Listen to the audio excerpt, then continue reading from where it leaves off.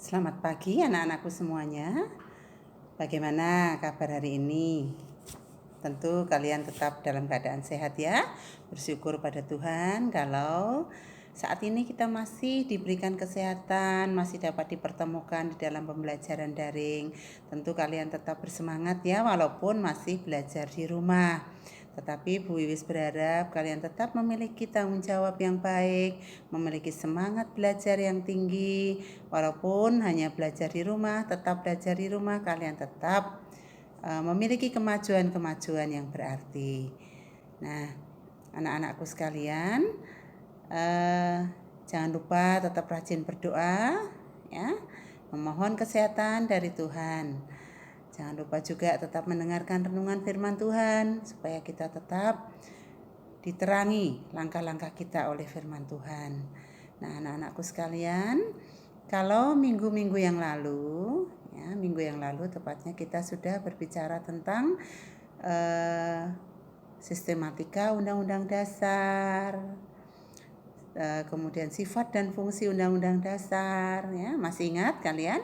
Sistematika Undang-Undang Dasar yang setelah diamandemen terdiri atas 21 bab, 73 pasal, ya, kemudian 170 ayat, 3 pasal aturan peralihan dan 2 pasal aturan tambahan. Masih ingat ya itu ya? Kemudian bagaimana sifat dan fungsi Undang-Undang Dasar? Sifatnya itu ada tertulis dan tidak tertulis serta singkat dan supel.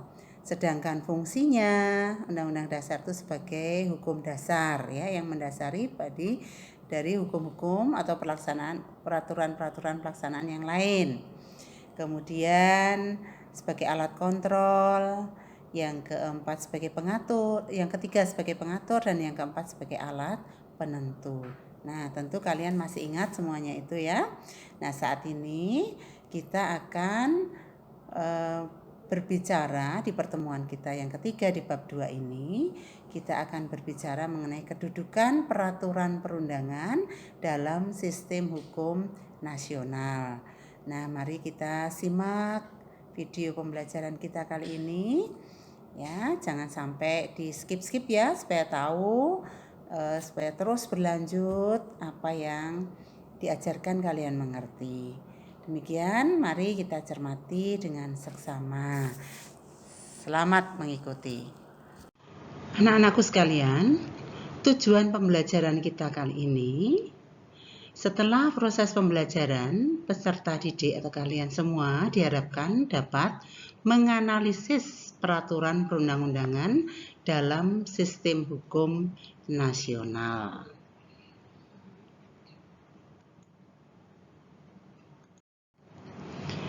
Apa sih arti sistem hukum nasional? Ya, mungkin kalian yang rajin membaca juga sudah tahu.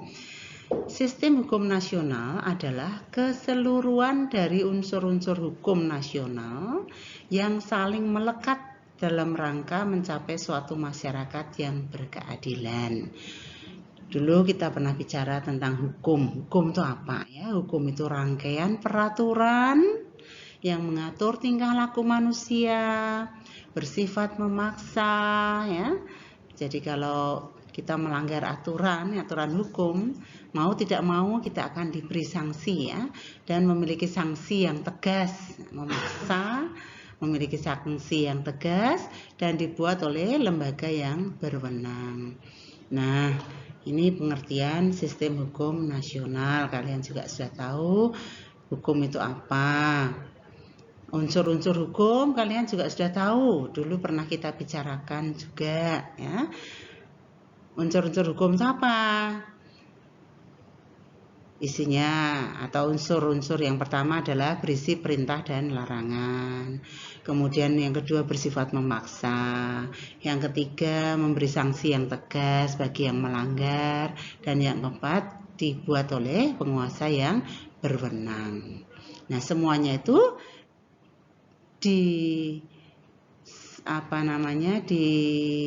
saling melekat ya untuk mencapai suatu masyarakat yang berkeadilan begitu. Nah, kita akan pelajari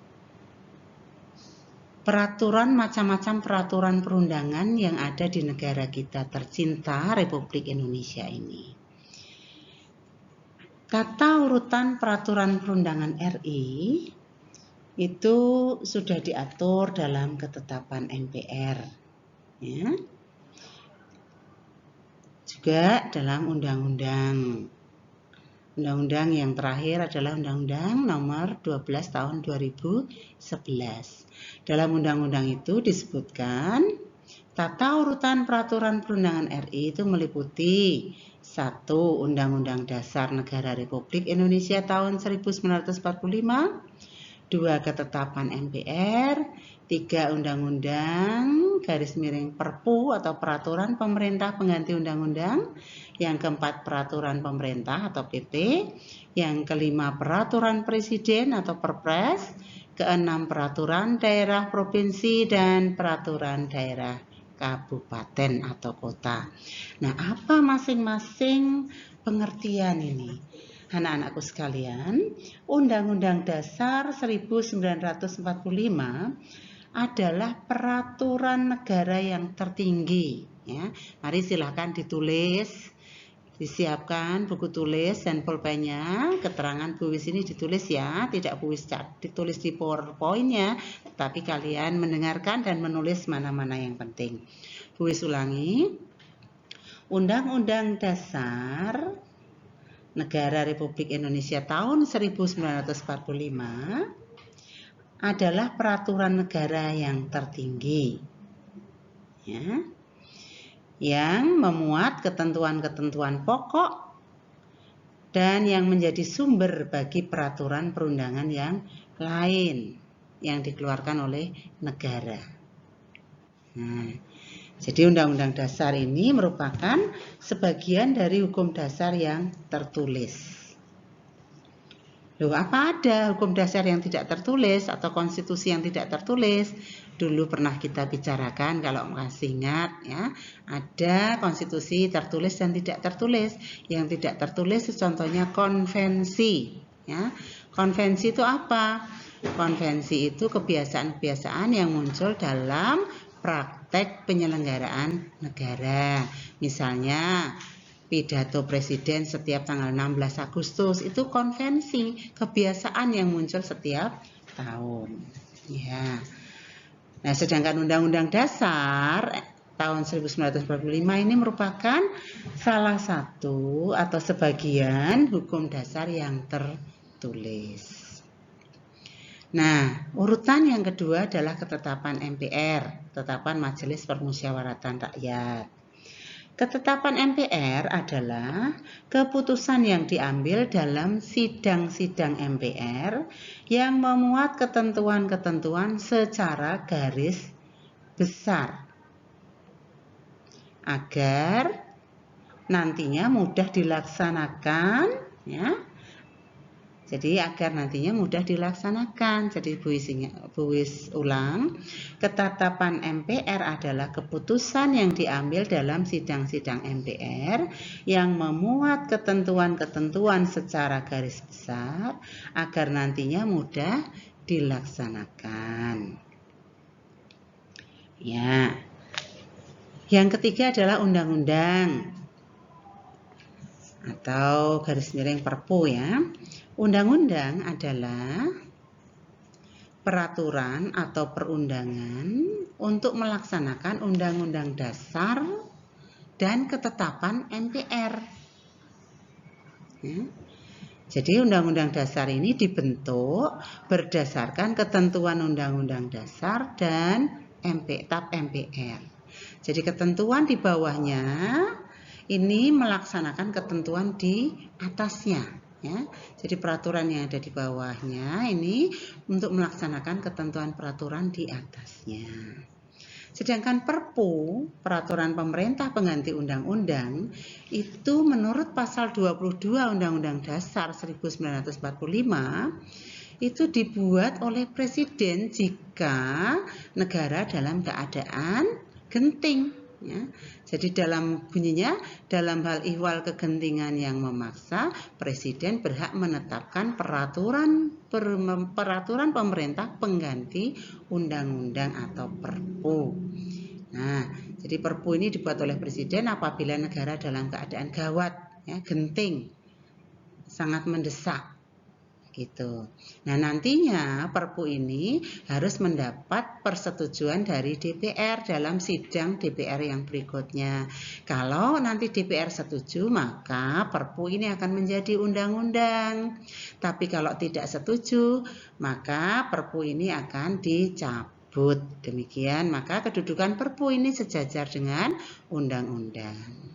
Nah, jelas ya anak-anak? Kalau masih belum jelas, silahkan ditanyakan lewat WA atau Telegram. Ya.